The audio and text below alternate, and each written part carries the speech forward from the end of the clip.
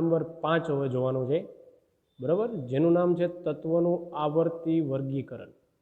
હવે આપણે આ તત્વો જે બધા છે, બરાબર, જે આપણે 8મા 9મા ધોરણમાં ભણ્યા હતા અમુક તત્વો, બરાબર, એ તત્વનું આવર્તી એટલે સરખી રીતે એક લાઇનમાં વર્ગીકરણ એટલે ગોઠવણી કરવાની છે. એના માટે આખું આપણને આપ્યું છે કે તત્વોને કઈ રીતે ગોઠવવામાં આવે છે, બરાબર. તો આપ્યું છે કે તમે આગળના ધોરણમાં શીખી ગયા કે આપણી આસપાસની વસ્તુઓ તત્વો, સંયોજનો અને મિશ્રણ રૂપે હોય છે અને આ તત્વો એક જ પ્રકારના પરમાણુઓ ધરાવે છે. તત્વો હોય એમાં એક જ પ્રકારનો પરમાણુ હોય અને આપણી આસપાસ હોય સંયોજન સ્વરૂપે અથવા મિશ્રણ સ્વરૂપે, એકલા હોતા નથી. શું તમે જાણો છો કે આજ દિન સુધી કેટલા તત્વો જાણીતા થયા? હાલમાં 118 તત્વો આપણા માટે જાણીતા છે અને આ તમામ તત્વો જુદા જુદા ગુણધર્મ ધરાવે છે. આ 118 પૈકી 94 કુદરતી રીતે પ્રાપ્ય છે. યાદ રાખજો, 118 તત્વો જે જાણીતા, જે બધા જાણીએ છીએ, બધા જુદા જુદા ગુણધર્મ ધરાવે છે અને 118માંથી કેટલા 94 તત્વો છે એ કુદરતમાંથી મળે છે. જેમ જેમ જુદા તત્વોની શોધ થતી ગઈ તેમ તેમ વૈજ્ઞાનિકોએ આ તત્વોના ગુણધર્મ વિશે વધુને વધુ માહિતી એકત્ર કરી. તેઓને તત્વોની આ માહિતીઓને વ્યવસ્થિત ગોઠવણી ઘણી મુશ્કેલ લાગી. હવે જેમ જેમ તત્વો ગોતતા ગયા એમ વૈજ્ઞાનિકોને શું થયું કે અલગ અલગ ગુણધર્મને કારણે એની ગોઠવણી કેવી લાગી? મુશ્કેલીવાળી. તેમણે તેમના ગુણધર્મમાં કોઈ ભાત શોધવાનું શરૂ કર્યું. ભાત એટલે કે એક પ્રકારનો કંઈ રસ્તો મળે કે બધાને ગોઠવા હોય, બરાબર, વ્યવસ્થિત રીતે. એક પ્રકારની ભાત એટલે કે એક પ્રકારનું કંઈક ડિઝાઇન એને બનાવવાનું નક્કી કર્યું વૈજ્ઞાનિકોએ, જેના આધારે આટલી મોટી સંખ્યાના તત્વોનો તેઓ સરળતાથી અભ્યાસ કરી શકે. એટલે એક પ્રકારનું વર્ગીકરણ કહેવાય. ભાત એટલે વર્ગીકરણ એવું કર્યું કે આપણે ભાઈ તત્વો વિશે જાણી શકો. તો પહેલું આપણે ટોપિક એવું છે અવ્યવસ્થિતને વ્યવસ્થિત કરવું. હવે 118 તત્વો ભેગા કર્યા એક સાથે એટલે અવ્યવસ્થિત. હવે એને વ્યવસ્થિત કરવાના છે. તો સૌપ્રથમ એવું છે એના માટે કે તત્વોના વર્ગીકરણના પ્રારંભિક પ્રયત્નો. તત્વોનું વર્ગીકરણ માટે પ્રારંભમાં કેવા પ્રયત્નો થયા હતા એ આપણને સૌપ્રથમ આપ્યું છે. આપણે શીખી ગયા છીએ કે જુદી જુદી વસ્તુઓ અથવા સજીવોને તેમના ગુણધર્મના આધારે વર્ગીકૃત કરી શકાય. સાવ સાદી વસ્તુ છે, તમને 10 થી 12 વસ્તુ આપી અને અલગ કરવાનું કીધું, તમે શું જોવો? એના લક્ષણો જોવો, કેવા દેખાય છે, એ પ્રમાણે તમે એનું વર્ગીકરણ કરી શકો, બરાબર. તો અન્ય પરિસ્થિતિઓમાં પણ આપણને કેટલાક ગુણધર્મ પર આધારિત વ્યવસ્થાના ઉદાહરણો જોવા મળે છે, બરાબર. અમુક પરિસ્થિતિઓ એવું હોય કે ભાઈ એના ગુણધર્મ છે, એ ગુણધર્મ પરથી તમે એનો આધાર રાખો અને એને વર્ગીકરણ કરી શકો. જો એક્ઝામ્પલ આપ્યું છે, જેમ કે દુકાનમાં સાબુને એક સાથે એક જગ્યાએ રાખવામાં આવે છે, ત્યારે બિસ્કિટને એક સાથે અન્ય જગ્યા પર રાખવામાં આવે છે. સાબુમાં પણ નાહવાના સાબુ અને કપડાં ધોવાના સાબુઓથી અલગ રાખવામાં આવે છે. આ જ રીતે વૈજ્ઞાનિકોએ પણ તત્વોને તેમના ગુણધર્મને આધારે વર્ગીકૃત કરવા માટે ઘણા પ્રયત્નો કર્યા અને અવ્યવસ્થિતમાંથી વ્યવસ્થિત ક્રમિક ગોઠવણી મેળવી. એટલે વૈજ્ઞાનિકોએ બસ આપણે એક સાદા એક્ઝામ્પલથી જ આપેલું છે કે કઈ રીતે વર્ગીકરણ કરવામાં આવે છે. આ તત્વોને જે એને કઈ રીતે એક સરખી રીતે એક લાઇનમાં ગોઠવવામાં આવે છે. તત્વોના વર્ગીકરણ માટેના સૌપ્રથમ પ્રયત્નના પરિણામ સ્વરૂપે જાણીતા તત્વોને ધાતુઓ અને અધાતુઓના જૂથમાં વહેંચવામાં આવ્યા. આ પહેલો પ્રયત્ન છે વૈજ્ઞાનિકોનો કે પહેલો ગુણધર્મ કયો જોવામાં આવ્યો તત્વોનો? ધાતુ અને અધાતુનો, બરાબર. એના પરથી પેલા તત્વોને અલગ કર્યા કે કયા ધાતુ છે અને કયા અધાતુ છે. ત્યારબાદ જેમ તત્વો અને તેના ગુણધર્મ વિશે આપણું જ્ઞાન વધતું ગયું તેમ વર્ગીકરણ માટેના પ્રયત્નો થતા ગયા. જેમ જેમ ગુણધર્મ જાણતા ગયા એમ એમ એના જે વર્ગીકરણના પ્રયત્નો છે એ શું થયા? આગળ વધતા ગયા. એમ વધારે વર્ગીકરણ સરળ બનતું ગયું, બરાબર. તો સૌપ્રથમ જે કહેવાય તત્વોનું વર્ગીકરણની શરૂઆત કરી છે ડોબ્રેનની ત્રિપુટી, બરાબર. ડોબ્રેન નામના વૈજ્ઞાનિકે વર્ગીકરણ કર્યું હતું ને એટલે એનું નામ આપ્યું ડોબ્રેનની ત્રિપુટી. ત્રિપુટી એટલે નામ આપ્યું કે ડોબ્રેન નામના વૈજ્ઞાનિકે 3 તત્વોનું વર્ગીકરણ કરવાનું શરૂઆત કરી હતી. 1870ના વર્ષમાં જર્મન રસાયણ વિજ્ઞાની જોન વુલ્ફગેંગ ડોબ્રેને સમાન ગુણધર્મ ધરાવતા તત્વોને જૂથમાં ગોઠવવાનો પ્રયાસ કર્યો. આ પહેલું એને કર્યું કે જે સરખા ગુણધર્મ ધરાવે છે ને એક જૂથ એટલે એક ગ્રુપ બનાવ્યું. એમ અલગ અલગ બધા જૂથ બનાવ્યા.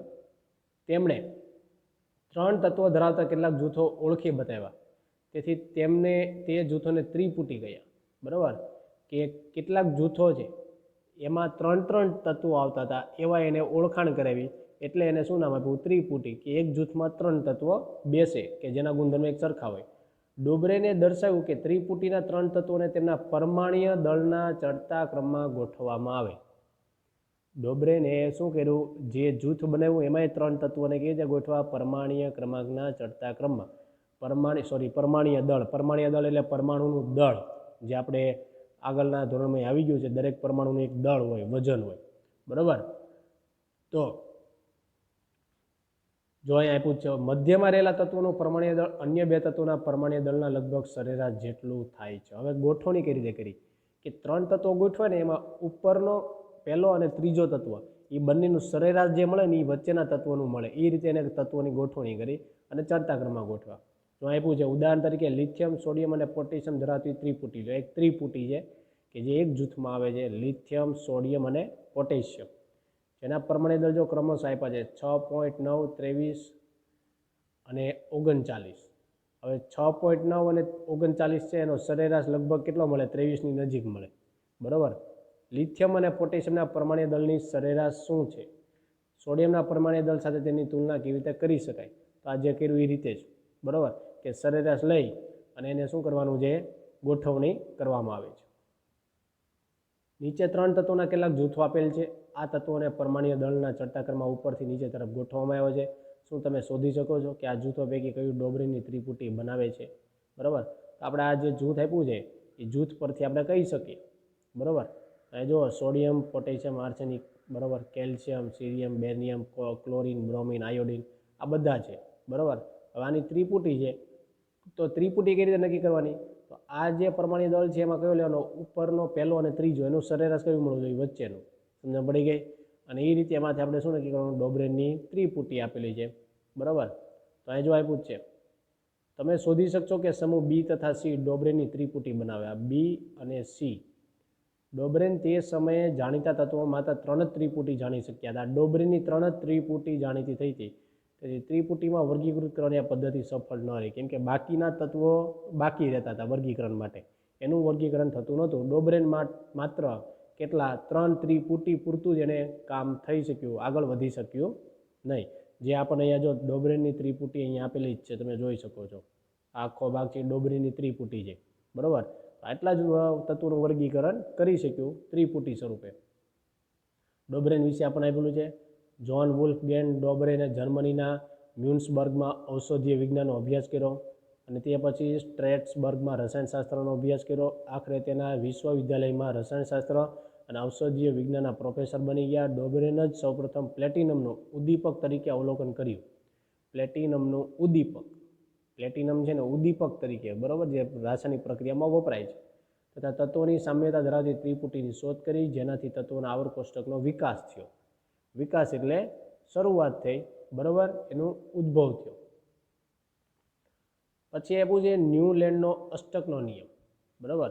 તો હવે ડોબરેન પછી બીજો વૈજ્ઞાનિક હતો ન્યુલેન્ડ, કે જેણે આ વર્ગીકરણ માટેનો પ્રયાસ કર્યો, બરાબર. તો જો આપ્યું જ છે કે ડોબરેનના પ્રયાસોએ બીજા રસાયણશાસ્ત્રીઓને તત્વોના વર્ગીકરણના તેમના પરમાણ્વીય દળ સાથે સંબંધ સ્થાપવા માટે પ્રોત્સાહિત કર્યા. એટલે બીજા વૈજ્ઞાનિકો પછી થોડાક પ્રોત્સાહિત થયા અને વર્ગીકરણ કરવા માટે તૈયાર થયા. 1866માં અંગ્રેજ વૈજ્ઞાનિક જ્હોન ન્યુલેન્ડે જાણીતા તત્વોને પરમાણ્વીય દળના ચડતા ક્રમમાં ગોઠવ્યા. પરમાણ્વીય દળના ચડતા ક્રમમાં કોણે, જ્હોન ન્યુલેન્ડ. તેમણે સૌથી ઓછા પરમાણ્વીય દળ ધરાવતા તત્વ હાઇડ્રોજનથી શરૂઆત કરી. સૌથી ઓછું પરમાણ્વીય દળ, હલકો કહેવાય તત્વ કોણ, હાઇડ્રોજન. તથા 56માં તત્વ થોરિયમ પર તેને પૂર્ણ કર્યું. એટલે થોરિયમ સુધી એને વર્ગીકરણ કર્યું, કોને, ન્યુલેન્ડે, બરાબર. તો આપણે આપ્યું છે કે તેમણે જોયું કે પ્રત્યેક 8મા તત્વના ગુણધર્મ પ્રથમ તત્વના ગુણધર્મને મળતા આવે છે. હવે જે ન્યુલેન્ડનો આ અષ્ટકનો નિયમ એટલે જ કહેવાય. કેમ કે જેણે વર્ગીકરણ કર્યું ન્યુલેન્ડે, એમાં વર્ગીકરણમાં શું થયું કે દરેક 8મો તત્વ જે આવે ને વર્ગીકરણમાં, બરાબર, તો એ લાઇનમાં પહેલા તત્વના ગુણધર્મ હોય એવું એને જોવા મળ્યું. તે જાણી તેની તુલના સંગીતના સૂરો સાથે કરી અને તેથી જ તેમણે અષ્ટકનો સિદ્ધાંત કહ્યો. તે ન્યુલેન્ડના અષ્ટકનો નિયમ તરીકે શું થયો, જાણીતો થઈ ગયો. અને ન્યુલેન્ડના અષ્ટકમાં લિથિયમ અને સોડિયમના ગુણધર્મ સમાન હતા. સોડિયમ લિથિયમ પછીનું 8મા તત્વ છે. આ આખું જો વર્ગીકરણ એક ઉદાહરણ આપ્યું કે વર્ગીકરણ કર્યું એમાં સોડિયમ અને લિથિયમના ગુણધર્મ સરખા હતા. તો સોડિયમ જે નંબર પર આવે ને એના 8મા નંબર પર કોણ આવે, લિથિયમ. આ જ રીતે બેરિલિયમ અને મેગ્નેશિયમ એકબીજાને મળતા આવે છે, એટલે બેરિલિયમ હોય અને 8મા નંબર પર કોણ આવે? મેગ્નેશિયમ. ન્યૂલેન્ડના અષ્ટકના મૂળ સ્વરૂપનો એક ભાગ આપણે કોષ્ટકમાં આપેલ છે, જે આપણે જોઈ લઈએ. બરાબર, આખું આ સૂર પ્રમાણે આપ્યું છે.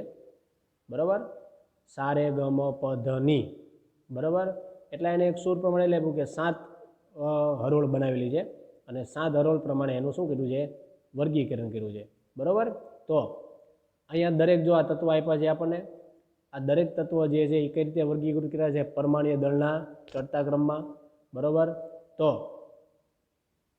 હજુ અહીં આપ્યું છે, શું તમે સંગીતના સૂરોથી પરિચિત છો? ભારતીય સંગીત પ્રણાલીમાં સંગીતના 7 સૂર છે, સારે ગમ પ ધ ની. પશ્ચિમમાં લોકો આ સૂરોના આ પ્રકારે ઉપયોગ કરે છે: ડો રે મી ફા સો લા ટી. સૂરના માપક્રમ પૂર્ણ અને અર્ધપદ આવૃત્તિ વિરામથી અલગ કરેલ છે. આ સૂરોનો ઉપયોગ કોઈ સંગીતકાર સંગીતની રચના કરે છે તે સ્પષ્ટ છે કે સૂર વારંવાર પુનરાવર્તિત કરાય છે, પ્રત્યેક 8મો સૂર પ્રથમ સૂર જેવો. એટલે એને સંગીતના સૂર સાથે સરખાવ્યું. ખબર પડી હવે કે સારે ગમ પ ધ ની, બરાબર, આખું બોલાય, સારે ગમ પ ધ ની, એમ આખું બોલાય. બરાબર, પછી ની પછી શું આવે? પાછું સા આવે. તો આ 8મો નંબર આવ્યો સા, એ કોના જેવો હતો? પહેલા નંબર જેવો હતો, એની જેવો. તો આ આખી લાઈન છે. બરાબર, હવે અહીંયા પૂરું થયું એસમાં, તો અહીંયા કોણ આવ્યું? એફ આવી ગયું. મતલબમાં બરાબર, બીજો કોઈ તત્વ આવે તો એ કોના જેવો હોય? એફ, ફ્લોરિન જેવો જ ગુણધર્મ દર્શાવે. એટલે એને સારે ગમ પ ધ ની સાથે સરખાવ્યું કે ભાઈ 7 સૂર પૂરા થાય એટલે ફરીવાર આ પહેલા સૂરથી જ શરૂ થાય. 7 સૂર પૂરા થાય એટલે પહેલા સૂરથી જ શરૂ થાય. એટલે જે 8મો હોય એ પહેલા નંબર જેવું જ ગુણધર્મ ધરાવે છે. બરાબર, તો જે પછીની પંક્તિનો પ્રથમ સૂર હોય એટલે ફરીવાર નવું શરૂઆત થાય છે, એના માટે બધું. બરાબર, એવું શોધાયું છે કે અષ્ટકનો સિદ્ધાંત માત્ર કેલ્શિયમ સુધી જ લાગુ પડતો હતો, કારણ કે કેલ્શિયમ પછી પ્રત્યેક 8મા તત્વના ગુણધર્મ પહેલા તત્વને મળતા નહોતા. બરાબર, એટલે એવી શોધ થઈ હતી કે કેલ્શિયમ સુધી તે ન્યૂલેન્ડ વર્ગીકરણ કરી શક્યા, કેમ કે કેલ્શિયમ પછી શું થયું કે જ્યાં 8મો તત્વ આવતો હતો એ એના પહેલા તત્વ જેવા ગુણધર્મ ધરાવતો નહોતો. બરાબર, ન્યૂલેન્ડે કલ્પના કરી કે કુદરતમાં માત્ર 56 તત્વો હાજર છે. એના વર્ગીકરણ પરથી એવી કલ્પના થઈ, એટલે એને એવું જાણકારી આપી કે ભાઈ 56 તત્વો જ તે મળી આવે છે, કેમ કે એનું વર્ગીકરણ 56 તત્વો પૂરતું જ થયું. અને ભવિષ્યમાં કોઈ અન્ય તત્વ શોધાશે નહીં, પરંતુ ત્યારબાદ અનેક નવા તત્વો શોધાયા જેના ગુણધર્મો અષ્ટકના સિદ્ધાંતમાં બંધ બેસતા નહોતા. જે આપણે કીધું ને 118 શોધાયા જ હતા, પણ અષ્ટકના નિયમો નહોતા બંધ બેસતા.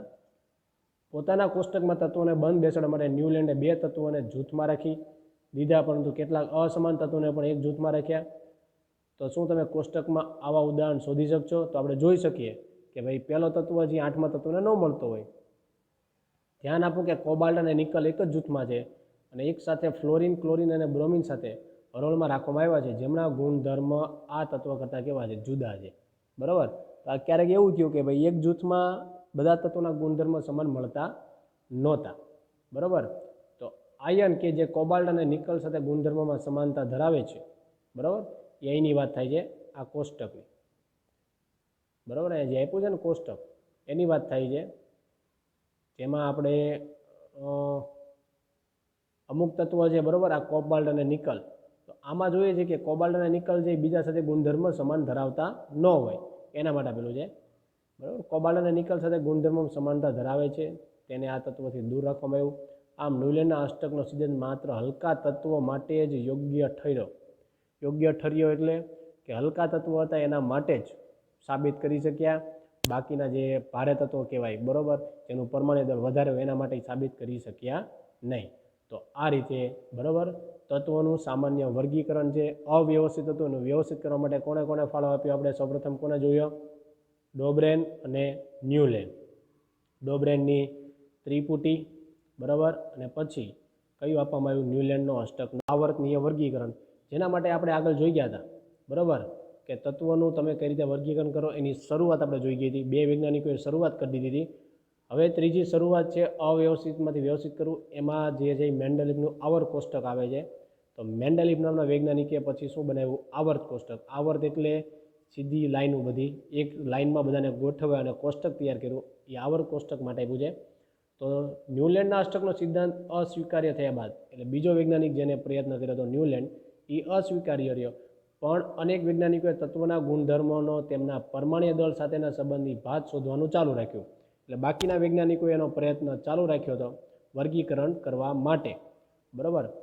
તો તત્વોના વર્ગીકરણનો મુખ્ય શ્રેય રશિયન રસાયણશાસ્ત્રી દમિત્રી ઇવાનોવિચ મેન્ડેલિફને ફાળે જાય છે. આપણે ટૂંકમાં મેન્ડેલિફ બોલીએ તો એ ચાલે.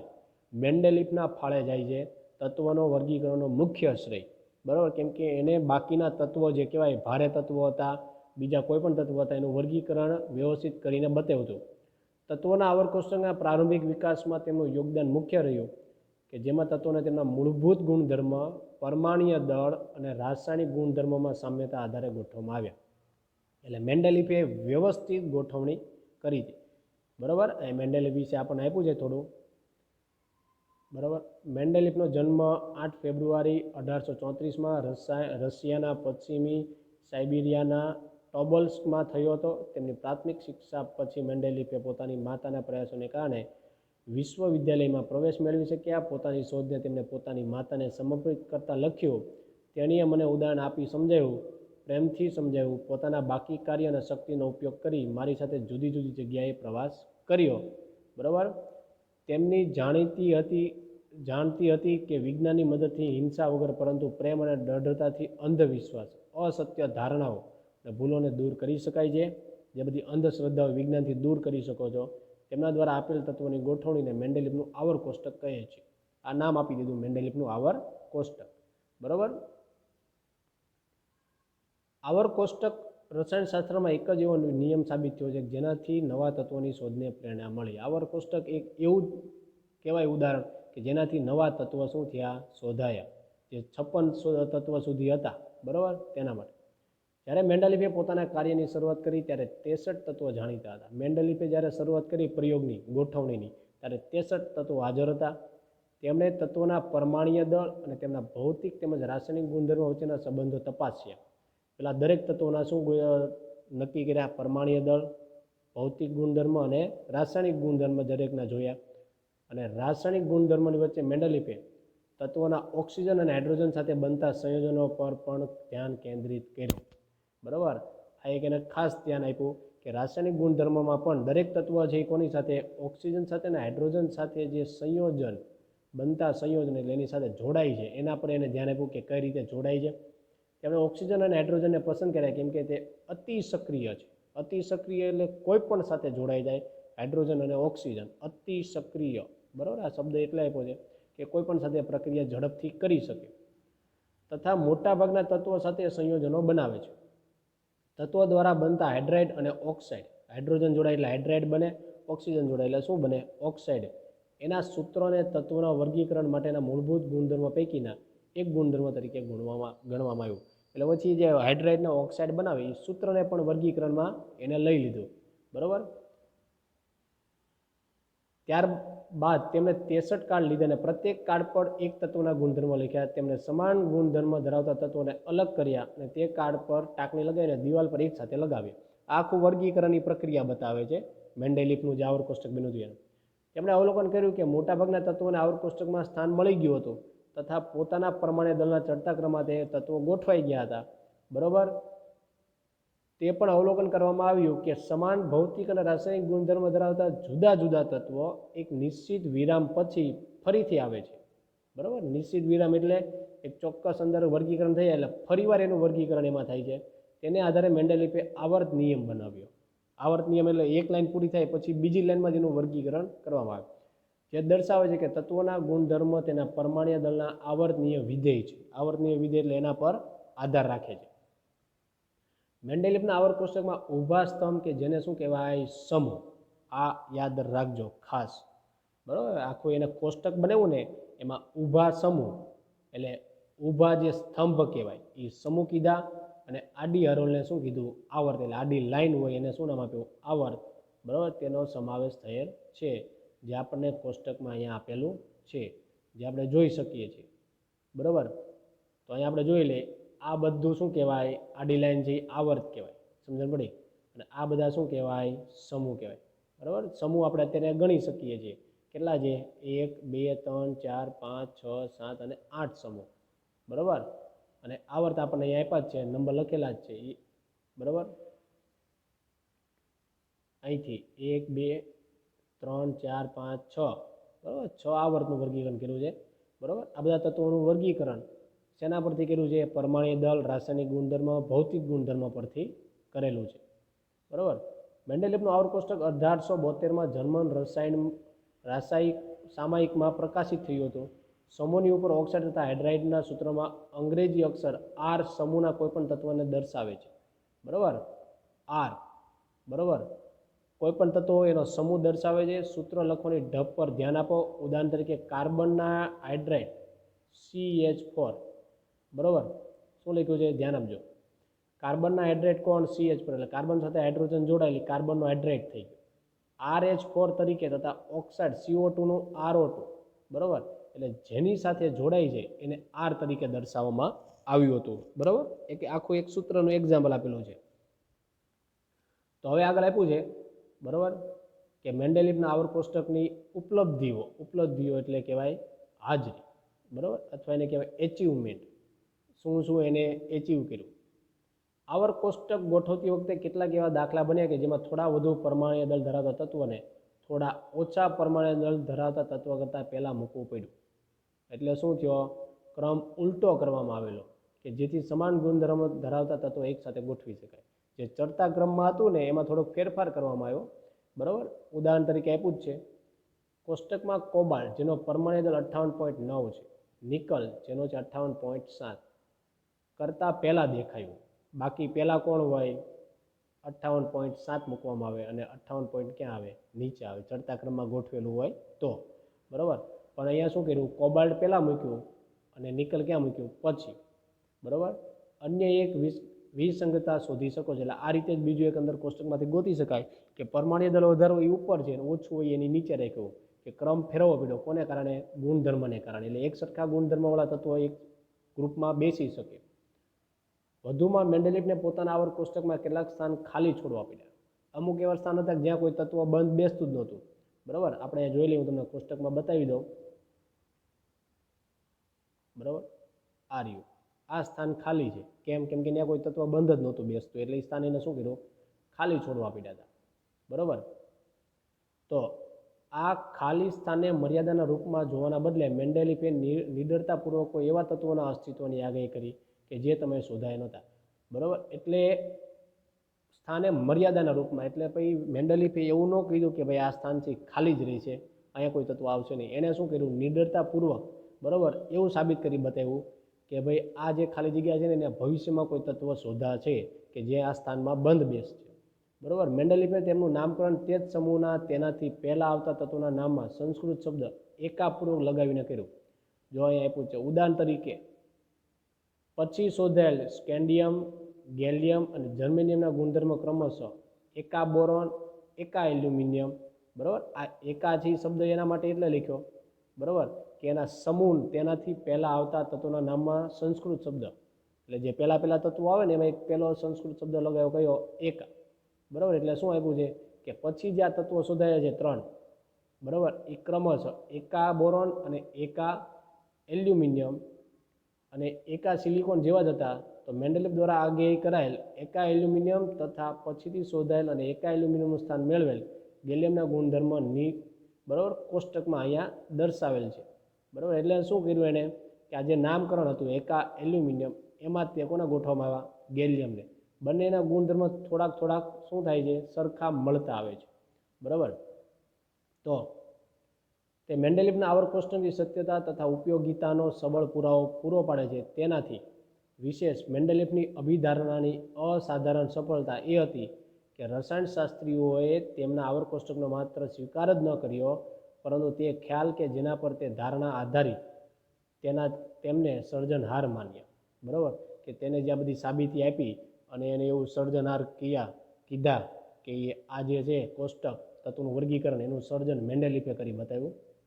નિષ્ક્રિય વાયુઓ, નિષ્ક્રિય એટલે કોઈ પ્રક્રિયા જ નથી કરતા એવા વાયુઓ જેવા કે હિલિયમ, નિયોન અને આર્ગોનનો અગાઉ પણ અનેક સંદર્ભમાં ઉપયોગ થયો હતો.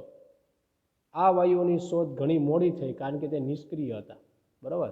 કેમ કે નિષ્ક્રિય હોય એ ઝડપથી ક્યાંય, બરાબર, પ્રક્રિયામાં આવે નહીં અને વાતાવરણમાં તેમનું પ્રમાણ ઘણું ઓછું હતું. મેન્ડેલિફના આવર કોષ્ટકની એક વિશેષતા એ પણ છે કે જ્યારે આ વાયુઓની શોધ થઈ ત્યારે અગાઉની શ્રેણી ગોઠવણીને ખલેલ પહોંચાડ્યા વગર તેને નવા સમૂહમાં મૂકવામાં આવ્યા, બરાબર. એટલે જે આગળની શ્રેણીઓ, આગળ જે વર્ગીકરણ કીધું હતું એમાં ક્યાંય વચ્ચે ખલેલ એટલે ક્યાંય આમથી આમ, બરાબર, નવું વર્ગીકરણ કરવાની જરૂર ન પડી, એને અલગથી તે નિષ્ક્રિય વાયુ માટેની જગ્યા કરવામાં આવી, બરાબર. આ એક ખાસ ધ્યાન રાખવાનું છે. મેન્ડેલિફના વર્ગીકરણની અમુક મર્યાદા હતી. હાઇડ્રોજનની ઇલેક્ટ્રોનની રચના આલ્કલી ધાતુઓને મળતી આવે છે, બરાબર. આલ્કલી ધાતુઓ જે આપણે જોઈએ છે, બરાબર, કે ધાતુ, અધાતુ, પાણી સાથે, એસિડ સાથે પ્રક્રિયા કરે, એમાંની આલ્કલી ધાતુને મળતી આવે. આલ્કલી ધાતુઓની માફક હાઇડ્રોજન પણ હેલોજન, ઓક્સિજન અને સલ્ફર સાથે એક સમાન સૂત્ર ધરાવતા સંયોજન બનાવે છે કે જે ઉદાહરણમાં દર્શાવેલ છે, બરાબર. હવે જો અહીં એક આલ્કલી ધાતુ દર્શાવી છે, કઈ? સોડિયમ, બરાબર. એક રીતે આલ્કલી એને કહેવાય કે જે ધાતુ છે ને એ પાણી સાથે પ્રક્રિયા કરી, બરાબર, અને ક્ષાર બનાવે. પાણીને ઓક્સિજન સાથે પ્રક્રિયા કરીને શું બનાવે? ક્ષાર બનાવે. આ બધા જો ક્ષાર છે, બરાબર. તો હાઇડ્રોજન જે છે એ આલ્કલી ધાતુ સોડિયમ લીધી છે એની જેવા જ સૂત્ર ધરાવે છે એવું કીધું છે, બરાબર. અને બીજી તરફ હેલોજનની માફક હાઇડ્રોજન પણ દ્વિપરમાણીય અણુ સ્વરૂપે અસ્તિત્વ ધરાવે. દ્વિપરમાણીય એટલે બે પરમાણુ સ્વરૂપે. કોણ?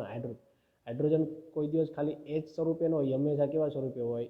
H2 સ્વરૂપે હોય છે, બરાબર.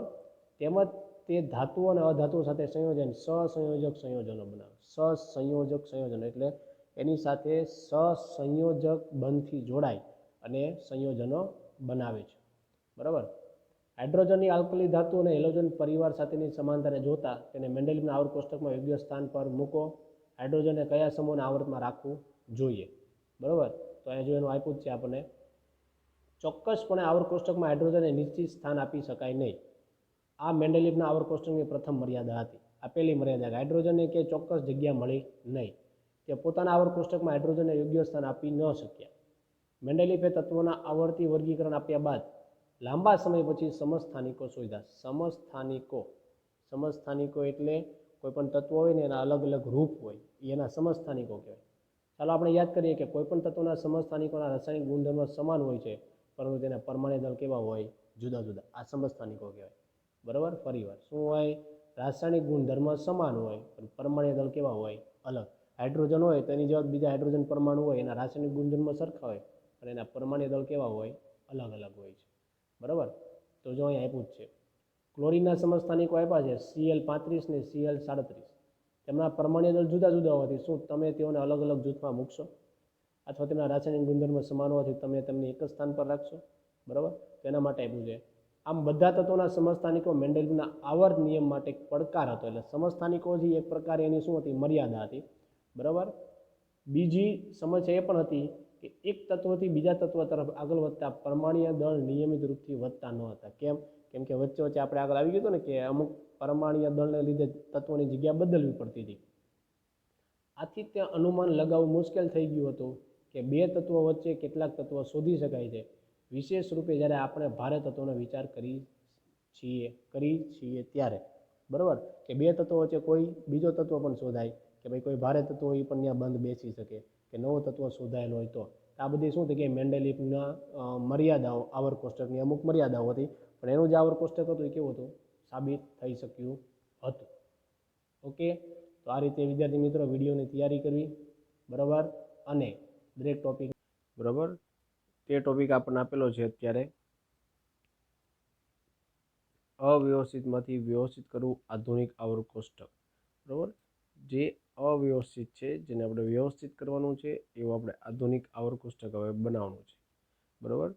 તો એમાં આપણે માહિતી આપી છે 1913માં હેનરી મોસેલે દર્શાવ્યું કે નીચે વર્ણવ્યા પ્રમાણે તત્વના પરમાણ્વીય દળની તુલનામાં, બરાબર. હેનરી મોસેલ નામના વૈજ્ઞાનિકે દર્શાવ્યું હતું કે તત્વના પરમાણ્વીય દળની તુલનામાં, એટલે તત્વનું જે પરમાણ્વીય દળ હોય એની તુલનામાં તેનો પરમાણ્વીય ક્રમાંક વધુ આધારભૂત ગુણધર્મ છે. કે પરમાણ્વીય દળ ન લઈએ તો એની કરતાં વધારે ફાયદાકારક એનો પરમાણ્વીય ક્રમાંક છે. કેમ કે પરમાણ્વીય દળને કારણે આપણે આગળના ભાગમાં જોઈ ગયા હતા કે વર્ગીકરણ થઈ નહોતું શકતું. તો તે અનુસાર મેન્ડેલિફના આવર્ત કોષ્ટકમાં બદલાવ કરવામાં આવ્યો અને પરમાણ્વીય ક્રમાંકને આધુનિક આવર્ત કોષ્ટકના આધાર સ્વરૂપે સ્વીકારવામાં આવ્યો. એટલે એવું કહી શકાય કે આધુનિક આવર્ત કોષ્ટક છે ને એ પછી કોના પરથી એનું વર્ગીકરણ થયેલું છે? પરમાણ્વીય ક્રમાંક પરથી. તેમજ આધુનિક આવર્ત નિયમને આ રીતે રજૂ કરી શકાય.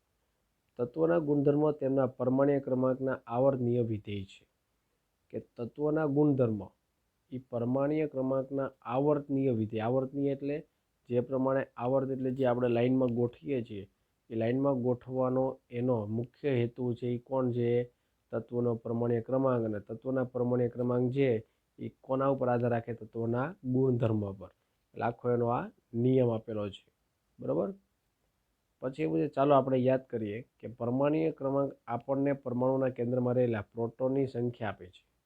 જે આપણે ધોરણ 9માં શીખી ગયા છીએ કે પરમાણ્વીય ક્રમાંક છે એ તત્વોના કેન્દ્રમાં મતલબ પરમાણુના કેન્દ્રમાં રહેલા પ્રોટોનની સંખ્યા આપે અને એક તત્વથી બીજા તત્વ તરફ જતા આ સંખ્યામાં એકનો વધારો થાય. એકનો વધારો થાય એટલે એક પછી બે, બે પછી ત્રણ, ચાર એમ એક પછી એક બધાનો પરમાણ્વીય ક્રમાંક વધતો જાય એમ. તો પછી આપણને પૂછે કે તત્વોની તેમના પરમાણ્વીય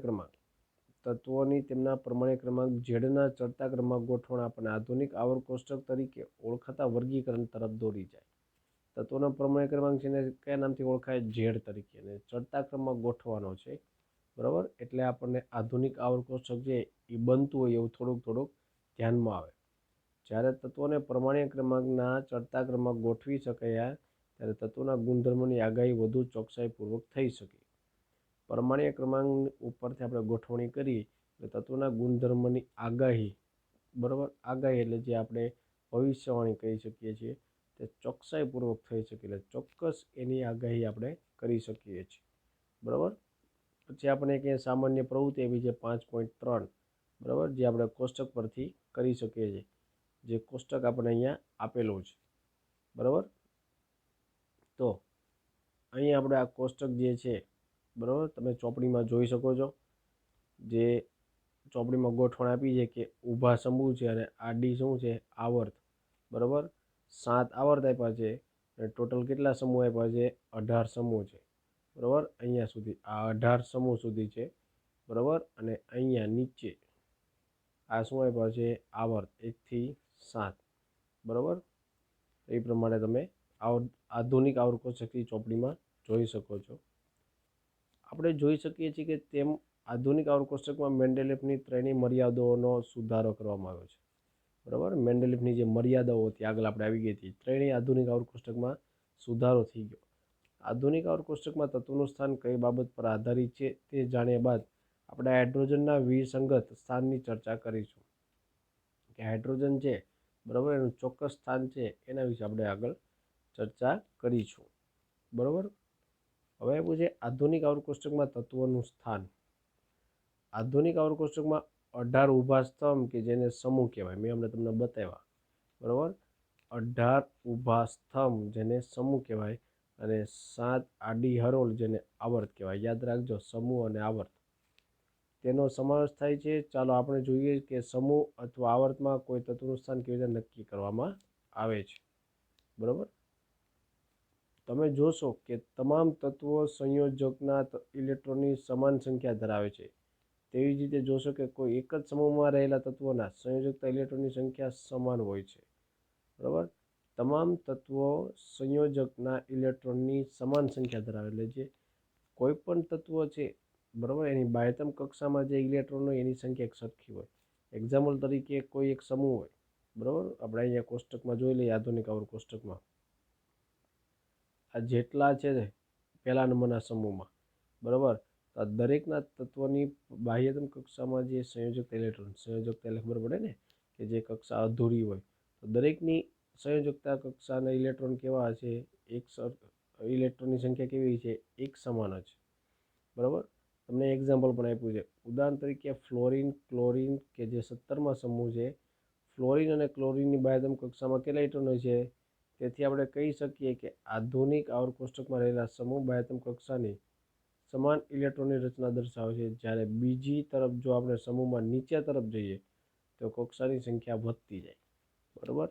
એટલે સમૂહમાં નીચેની તરફ, ઉપરથી નીચે જઈએ સમૂહમાં, બરાબર, તો કક્ષાની સંખ્યા વધતી જાય કે ઉપર રહેલા તત્વોમાં 2 કક્ષા હોય તો નીચે હોય એમ 3 4 એમ કક્ષા વધતી જાય, બરાબર. જ્યારે હાઇડ્રોજનના સ્થાનની વાત આવે ત્યારે અનિશ્ચિતતા ઉદ્ભવે છે, કારણ કે તેને પ્રથમ આવર્તમાં સમૂહ 1 અથવા સમૂહ 17માં રાખી શકાય. શું તમે કહી શકશો શા માટે? કેમ કે હાઇડ્રોજન છે એમાં એક જ કક્ષા છે, બરાબર, અને પાછી એક જ કક્ષામાં એક જ ઇલેક્ટ્રોન છે, એટલે બંને વસ્તુ એમાં ભેગી થાય છે કે એક જ ઇલેક્ટ્રોન છે અને એક જ કક્ષા છે. તો એના પરથી એના માટે થોડુંક એનું સ્થાન હતું આધુનિક આવર્ત કોષ્ટકમાં, એ ચોક્કસ થતું નહોતું, બરાબર.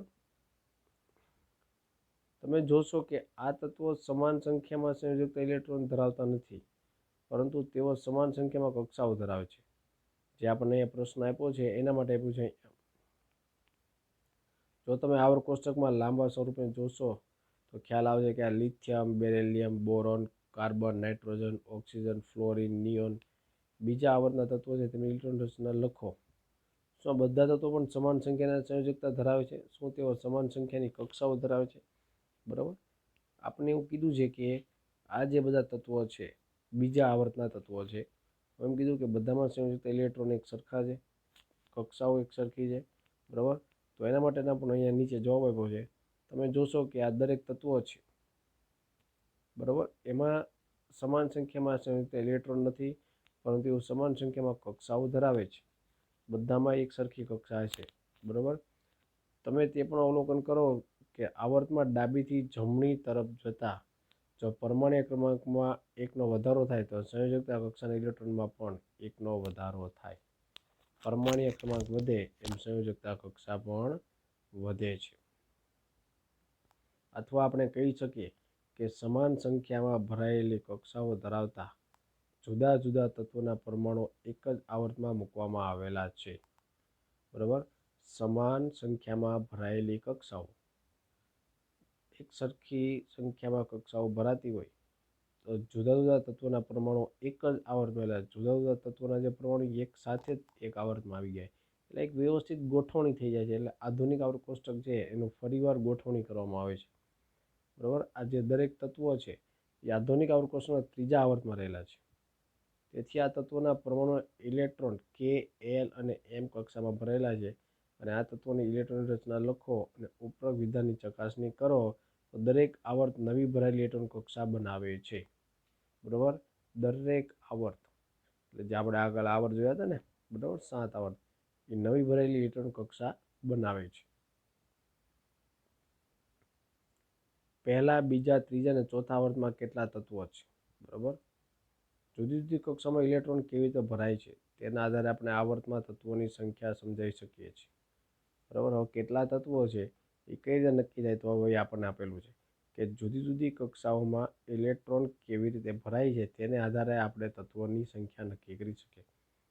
આગળના ધોરણમાં તમે આ વિશે વિસ્તૃત અભ્યાસ કર્યો છે, બરાબર. 9મા ધોરણમાં યાદ કરો કે કોઈ કક્ષામાં ઇલેક્ટ્રોનની મહત્તમ સંખ્યા આ સૂત્રથી આપણે દર્શાવતા 2n², બરાબર.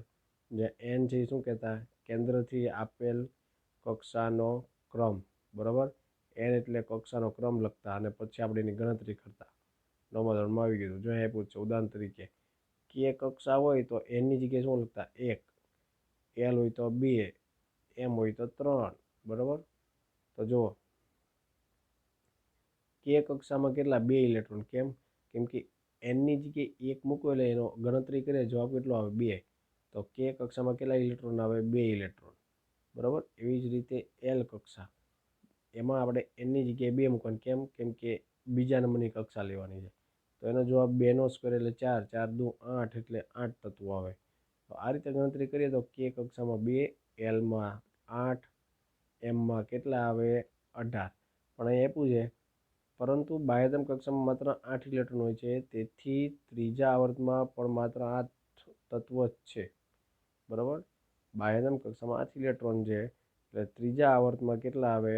8 જ તત્વો આવે છે, બરાબર. આગળ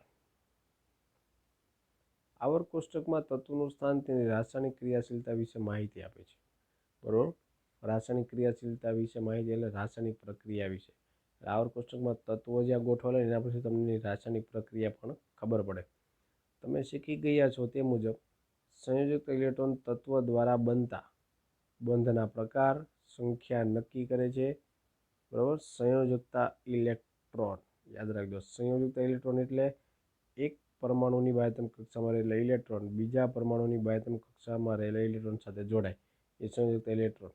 સંયોજકતા ઇલેક્ટ્રોન તત્વો દ્વારા બનતા બંધના પ્રકાર નક્કી કરે અને સંખ્યા પણ નક્કી કરે. કયો બંધ બને અને કેટલા બંધ બને છે. શું તમે કહી શકો કે મેન્ડલે પોતાના કોષ્ટકમાં તત્વોના સ્થાન નક્કી કરવા માટે સંયોજનના સૂત્રનો આધાર લીધો હતો? તે શા માટે યોગ્ય હતો? તેના આધારે સમાન રાસાયણિક ગુણધર્મો ધરાવતા તત્વોને એક જ સમૂહમાં કેવી રીતે લખી શકાય, બરાબર. તો આ રીતે એને આખું એક સૂત્ર લીધું સંયોજનનું અને એના પરથી આખું એને આધુનિક આવર્ત કોષ્ટક છે એમાં તત્વોનું શું કર્યું, ગોઠવણી અને એનું વ્યવસ્થિત શું કરવામાં આવ્યું, વર્ગીકરણ, બરાબર. એટલે આ રીતે આધુનિક આવર્ત કોષ્ટકનું વ્યવસ્થિત અવ્યવસ્થિતમાંથી કેવું વ્યવસ્થિત ગોઠવણી